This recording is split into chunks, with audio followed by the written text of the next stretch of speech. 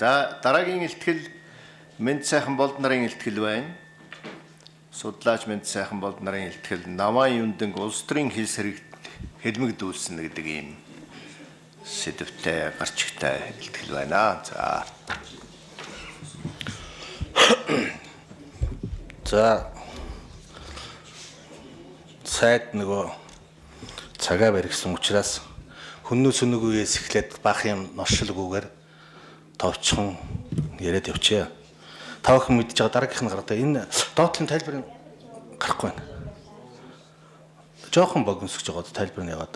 Эсвэл тийм гэж чинь уг нь томсгочвол зүгээр дээ. За энэ та бүхэн тэртэрг их сайн мэдж байгаа зураг. 1926 онд манай хүүхдүүд хамгийн анх удаа Герман Франц явах гээд Ленинградын Гүнзэчны видео мань ахуулсан. Наваа энэ дугаар минь тэр хойноос урдаасаа 3 дахь нь яг наат чинь. Энэ сум зааж байна. Энд зогсож байгаа байдал. За тэгээ Германд хэрхэн суралцсан, тэндээсээ буцаж ирээд ямар хөө ажил төрөлд томилогдсон юу хийсэн тухай дараагийн судлаачид ярих учраас би тэр бүхнийг алгасаад зөвхөн үндсэн сэдв өөрийнхөө үндсэн бэлдсэн сэдвэрийг л яриа. Энэ манай хүүхдүүд саяны хүүхдүүд маань ирсний дараа Монгол улсын хөгжил цэцгэлтэнд бол маш хөв нэмрээ оруулсан. Ялангуяа дажуулдэр, боловсрол, соёлын салбарт энэ улсууд маань анхдагч болсон. Тийм ч учраас түрүүн хэлсэн элдэгч нар маань соён гэгэрүүлэгч байсан, анхны шам татгагчд байсан тухайд дурсаад байна.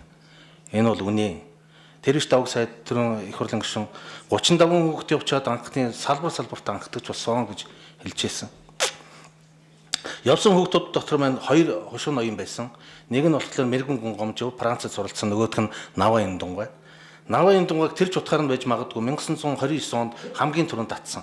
Наваа Юндангайтай хамт татсан улсуудын дотор мөн түүний анхны аваалгчнэр хаалаг бас татсан байдаг. Хаалаа маань өөрөө бас гүн удамтай. Өөр мөн өвлөгчин гүн гомжов гэдэг хүний үр садалтай. Тэгээ энэ хоёрыг нэргүүлээд татсан байдаг юм. За энэ дэр хүлээж байгаараа энэ буцаа төрөнийхөө юу очтоо тийм. За энэ ч яг нөгөө төрөний миний хэлдэг нөгөө хөнөөс нэг үе тухай юм яриха болиё гэдэг зүгээр дэлгэцэн дээр та бүхэн хараад явчихна биз. Монгол улсын социализм байгуулахын тулд энэ зүйл толгойд улс янз бүрийн шугамар мөн комитетын янз бүрийн шугамар даралт шахалт үзүүлж эхэлсэн байдیں۔ Өөрсдийнхөө бодлого зорилтыг хэрэгжүүлэхийн тулд. За дараагийнх нь. Түүний нэгэн жишээ нэ. Энэ бол 1930 оны 3 сарын 31-нд зүйл толгойд улсын гадаад хэргийг ардын комиссариатын орлогч Граханд энэ зүйлтийн дотоод явдлын яамны Острын газрын дарга Березин гэдэг хүнээс илгээсэн маш нууц ийм бичиг байгаа.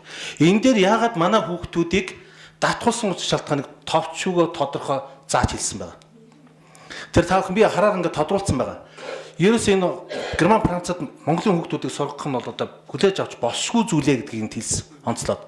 Тэгээд сургахгүй тулд нь энэ Монголын засгийн газар дээр зохих хэлбэрээр даралт үзүүлэх гэсэн.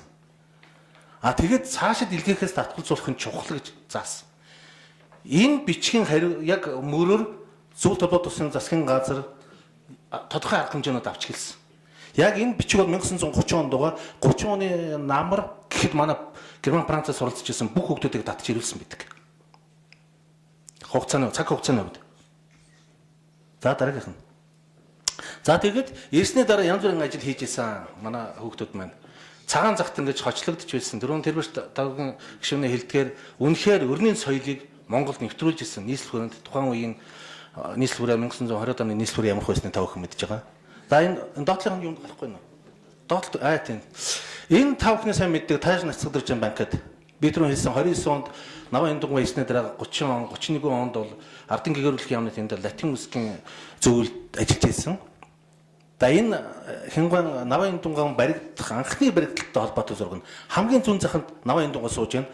Наадлынх нь энэ тохиолдсон байгаа эмэгтэй бол Вера хурлаад энэ сүүлд дээр нөгөө үндэсний төв номсонд ажиллаж байсан манай зэдүү доктор маш сайн мэдж байгаа. Наадталд нь сууж байгаа нь бол хурлаад Америкт коллежид сурч ирсэн гэдэг юг миний зургийн дээр нэгдүгээр номдоор гарсан алдаг зэдүү доктор залруулж гисэн. Тэр хоёрын дундаар цаан сууж байгаа хүн бол Бадрахын гомб Монгол улсын анхны кино найруулагч нарын нэг. Тэр дундуур нь цаанаас наашаа харж байгаа нь бол Дондруу найруулагч. Наадталд нь сууж байгаа нь их Нацгдрж. Тэгээд энэ Тааш Нацгдржин банкет гэдэг зургийг авсан хүн нь бол 1927 оны намар Нацгдржтай хамт Паган Долмон нартай хамт Берлинд очсон Берлин хүчтэй хин Батчор гэж хүн байсан. Тэгээ хувь зайны тоглоом юм уу, шоглоом юм уу? Энэ хүн өөрөө энэ зургийг аваад дотоод явдлын амд энэ зургийг шилжүүлэхэд ардталт нь тааш нацгад орчин банкад гэж өгснөөс болоод манай энэ улсуудыг манжгаа улсын 1 жилийн ойг тэмдэглэж байгаа гэсэн хэрэгээр одоо сэтэл болгож баривчилсан юм байна. А энэ зургийг өгсөн одоо нэгснээр матсан гэх юм уу да тийм хүн нь болохоор өөрөө 10 жилийн дараа Германы тагнуулын хэрэг гэдгийн бүлгэнд толгойлогч нь гэж өөрөө баривчлагдчихсан нэг тийм гашуун түүх бий. Энэ их олон юмны учир сэжүүр нь болдог. Герман Францад суралцсан хүүхдүүдийг хамгийн анх тааш нацгад орчин банкад гिचээд энэ дээр бол манайхнаас явсан одоо намдаггүй хин гомбгүй төмрийн хин навайн дугуй нацгад орчгод эдрийг бүгдийг баривч холсон мөртлөө дараагийн 40 оны ихэр болсон Герман тагнуулын хэргийн бүлэг хэргийн гол задаргаа гол сэжүүр нь дахиад энэ усудаас эхэлсэн юм байна. Тэгэхээр энэ манайхны одоо Герман Францд явсан. Би манайхны хэлээд байгаа Герман Францд явсан үндсэн сэдвийнхаа улсуудад хүүхдүүдтэй холбож хэлээд байгаа шүү дээ. Тэдэртэй минь холбоотой учраас би нэг жоохон дэлгэрэнгүй хэлчихлээ. За дараагийнх нь. За юу нөхцөл хэдий Герман тагнуулын хэрэгтэн болов уу гэдгийг хэлмэгцэн судалгааны төвийн дарга байсан доктор Төвхөн ухааны доктор Эренчимга өөрийнхөө судалгааны бүтээл дээр хэлсэн байдаг. Та бүхэн одоо тэнд уншиж байгаа. Тэр дээр байгаа хэдэн хүүхдүүд гэхэд одоо тэр Бав Германд сурсан хин Наваа Интумгат таамд Берлин хотод хамт сууж байсан. Нэг гэрт сууж байсан. Баатарч бас Германд сурж байсан. Баатарчаар энэ төргээд одоо эдгээр нь бүгд юм. Хатуу ширээ аргаар мөрдөн байцаасан гэдгийг би жоохон дараад нь дэлгэрүүлээд хэлье. За 3 дугаар сард баривчилсан Наваа Интумгаг 38 оны 3 дугаар сард баривчилчаад 39 оны 3 дугаар сард цаазарах ял өгсөн байдیں۔ За тэрийг дараагийнх төр би дахиад ярья. За энэ анхны мэдүүлгэн дээр манай хүүхдүүд мэдээж хэрэг тэд ямар юмныхан тагнуулах вэ? Хамгийн бага нь 13, дээдл нь 25 настай сурагч оюутнууд Германд өрний хөгжилтэй оронд эрдэм сурахаар очисон хүүхдүүд яг үнээр хэлсэн байна. Бид Герман улсад эрдэм сурахаар явсан, тагнуул хийхээр яваагүй гэж үнээр хэлжсэн боловч хэрэгээ хөлөхгүй нуун дарагдуулсан гэсэн үндснээр улам бүр чангалан байцаах болсон. Байцаалтын янз бүрийн аргууд байсан. Та бүхний сэтгэлд одоо би 75-80 жилийн өмнөх тэр хатуу харгас янз бүрийн юмнуудыг зург хөргийн дэлгэж үзүүлээд ч тийм үү сэтгэлчин сэвийгээд яхав гэж дод элдв ханган зураг авчирхаасаа жоохон төдөлдсөн байгаа. За дараагийнх нь. Энэ их сонирхолтой зураг. Энэ баг хэрвээ би андуураг бол би одоо энд сууж байгаа Наваа Интумганцын охин Чимгүүн дээрийн тулцаатай Монгол гадаад харилцааны яаны төв архивын эрхлэгч ган тулгын нарын одоо тусалцаа дэмжлэгээр энэ зургийг гэр бүлийнхэн архиваас илрүүлсэн. Би эндээ их баярлж байгаа. Одоо энэ Герман Францад явж сурсан улсуудын нэлээд их нөр хүүхдүүдийг одоо Наваа Интэн сангийн удирдлагууд бол уйлсан. Тэрэнд нь би их баярлж байгаа. Одоо энэ зааланд сууцгааж байна. Бараг 10 түүний өрсөд ирчихсэн байгаа. Энэ зургийн гэрч энэ усууд болно гэж би үзэж байна. Энэ зураг ягаад гэвэл би 1910 жилийн өмнөөс ахуулаад хамгийн 2008 онд энэ судалгаар анх эхэлж орсон. 10 жил явахдаа энэ зургийг бараг дийлэн кайлын гэр бүлийн архивтай би танилцсан, зураг хөргийг үзсэн. Энэ зургийг л аваад илрүүлж чадаагүй. Тэгээ энэ зургийг аваад илрүүлсэндээ би их баярлж байгаа. Тэгээд одоо түрүүн гэхэд би зарим усуудад нь үзүүлээд таних хүн байна уу гэд харуулсан. Одоо энэний судалгаа эхэлнэ. Миний хамгийн сайн мэдж байгаа таньж байгаагаар бол шууд нэрлэхэд Наваа Интумга тэр цаана зогсож байна. Наадталд нь сууж байгаа нь болохоор Лагнатор Намсар гэдэг хүн. Францад суралцсан 4 хүүхдийн нэг нь. Энэ хүн Герман, Франц, Япон 3 улсын тагнуул гэдгээр ял аваад 1943 онд өчиггүйгээр давзаалт хэрэггүйгээр цаазаар ахуурж бүх идэвхтэй хураалгасан. Францад явсан 4 хүүхдээс цаазаар авсан нэг нь энэ Цэргийн төв театрт найруулагч байсан, зохиолч байсан. Манай цэдүүгээ энэ чиглэлээр дайлангой бүтээлийнх нь үгээр бол судалгаа хийсэн харин ном бүтээл нутахгүй гарах байх гэж найдаж байна. Наадлын 3 улсуудад би одоогоор мэдэхгүй. Зөвхөн өнөөдөр та бүхний өмнө ил гарч байгаа учраас одоо ингээд энэ улсуудын үр садын төсөлцөө дэмжлэгтэйгээр энэ судлаач эрдэмтдийн дэмжлэгтэйгээр энэ улсуудын тодруулнаа гэж найдаж байна. Тэгэхээр хамтдаа бас нэг юм шин зургийн одоо ингээд гэрч болцголоо хэдүүлээ. За дараагийнх нь. За энд нэг юм сонирхолтой юм бэ. Элтгэнээ бэлдэж байгаа үедээ би нэг юм гайхсан. Наваа Интэн сангийн тэргүүн одоо оюун дээр одоо дүүн Чимгүүн дээр нэр бодлоготойгоор энэ хурлыг өнөөдөр зохион байгуулсан юм уу? Эсвэл цаг хугацаанд давхцал байсан юм уу? Та бүхэн дээр хардаа 1943 оны 12 сарын 14-ний өдөр гэж байгаа. Наваа Интумгаг шүүн таслах хурал яг одоогоос 75 жилийн өмнө энэ өдөр эхэлжсэн байгаа. Тэгээд Герман тагнуулын бүлэг хэрэгэдгээр одоо тэр доор хоёр төмөрөн дээр Батчир Наваа Интэн дараа нь 37 39 онуудад Германы одоо энэ тагнуул магнуулыг интергчээд хамгийн доор нь Батчирыг 25 жил, Наваа Юндаг 20 жил гэж байна. Батчир 25 жил хамгийн том ял авч байгаа юм байна. Нөгөө түрүүний миний хэлдэг хувь зээний шоглом юмудаа гэж хэлээд байдаг. Тайж нацагдавчийн банкетны зургийг авсан нөгөө Батчир байна. Тэгээ өөрөө 10 жилийн дараа ингээд энэ Германы бүлэг тагнуулын хэргийн толгойлогч нь гэж ял сонсч байсан. Тэгээ хоёр дахьт нь Наваа Юндаг маань 20 жилийн ял авсан. За дараагийнх нь. Энэ 1993 онд тагнуулын одоогийн тагнуулын газрын архивын лавлгаа гаргасан тод дарга байх үед тэр архивын лавлгааг олж ирсэн юм аа. За тэр нацагд орж 10 жил, намдаг 7 жил гээд одоо манайхны ингээд шийтгүүлсэн юм байна. Доотлолт нь бас л Германд явсан манай энэ Баавууд, Орцрон, Баатар цэвэг, Гомжоо, энэ нөгөө багш байсан Шилэн Гомжоо. Энэ хэд бол ял холбогдлого болгон суллагдсан. За ийм архивын баримт байна. За цаашаа. Энэ Герман Баав гэдэг нь Берлин хотноо Наваа Юндаг과 Баав хин Дорцронгаа энтергээд 4-5 хамт сурж исэн.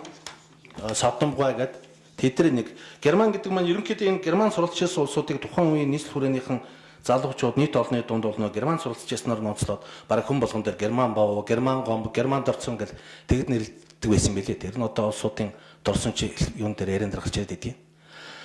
Баавга энэ дурсамжийг Наваа Юндагын гэргээ Ламсрангай Саруулын доктор хоёрын бичсэн Баатар Наваа Юндаг гэдэг номонд анх эхэлж орж ирсэн судалгааны эргэлтэнд.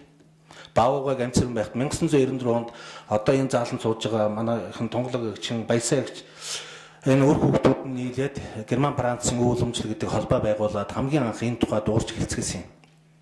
Тэгэхэд Баав багш ганцаархан амьд байсан. Тэгээ Баав багшаас яриа хоригонд орсомжийн Ламсрангай харин овсгоо гаргаад аваад үлдсэн байсан. Энэ номонд нь орсон. Өнөөдөр би бас эндээ иш татаад оруулж байна. За тэр доор би хоёр хэмиг бас онцлоод тавханд харуулах гэж үзүүлчихэд байгаа. Дотоод явдлын яамны мөрдөн байцаагчдын дунд түргэн журам гэж тэр үед нэг тийм өөрмөц арга, байцаатын арга дэлгэрсэн байсан. Тэр нь ямар учиртай юм гэхээр олон хоногоор байцаагж байгаа улсуудыг нойр холгоогоор хідэн байцаагч өртөөлөөд бие биендээ дамжуулаад өртөөлөн тийм байцаадаг. Тэгээд нөгөө байцаагж байгаа хүмүүс маань хоол ундгуу дээр нь хийг холон цагаар 24 цагаар шахуу тасралтгүйгээр тэгээ байцаагдаад ирэхлээр ухаан алдаад ундаг. Ухаан алдаад унахлаар нь хурууныхын хийг нь урдчлан мэлтсэн байсан нөгөө байцаатын юм дээр дарчдаг. Тэгээд бас тэр үед нөгөө юунууд байцаагчдад юу онооцсон, төлөвлөгөө онооцсон. Тэд хоногийн дотор төчнөө хүн байцсан. Уудах юм бол өөрөө шон ачигдаад явждаг. Хамгийн аимшигтай ч гэмээр нэг жишээ биелдэ. 1939 онд хин Наваа Юндагыг байцааж исэн 38 онд анх баривчлал 3 сар баригдахад байцааж исэн мөрдөн байцаагч Банзаг шигдэг хүн 39 онд өөрөө тагнуулын хэрэгээр цаазарх болчихсон. Тэгэхээр энэ баримт юуг илэрхийлж байгаа гэхээр нөгөө Эренчингуй хэлдгээр Сталины махны машин ямар аимшигтайгаар хэрчижсэн замдаа таарсан юм болгоныг ямар аимшигтайгаар ингээд золиосонд гаргаж ирсэн гэдэг тодорхой баримт олоо гэж бодож байна.